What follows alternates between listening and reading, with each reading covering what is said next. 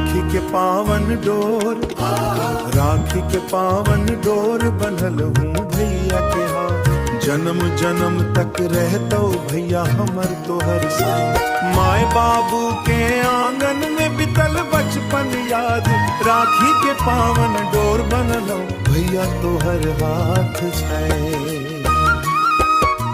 नन्हक छलहूँ संग संग खेल लहूँ, कखनो रूस लहूँ कखनो हंस लहूँ। तोहर स्नेहक छाह में भैया हर दुख हमर दूर देलहूँ। आँखी में नोर अधर पर हंसी, मन में उठे छै मीठ याद। राखी के पावन डोर बनल हूँ भैया तोहर हाथ।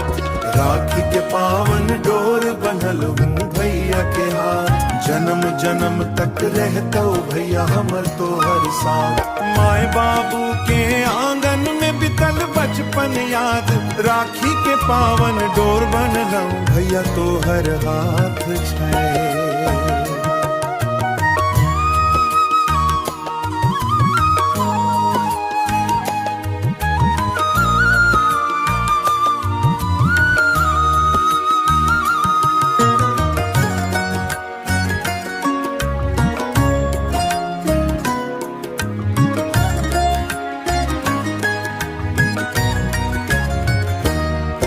ससुराल गेल हूँ दूर भले हम, मन से दूर नहीं भेल हूँ।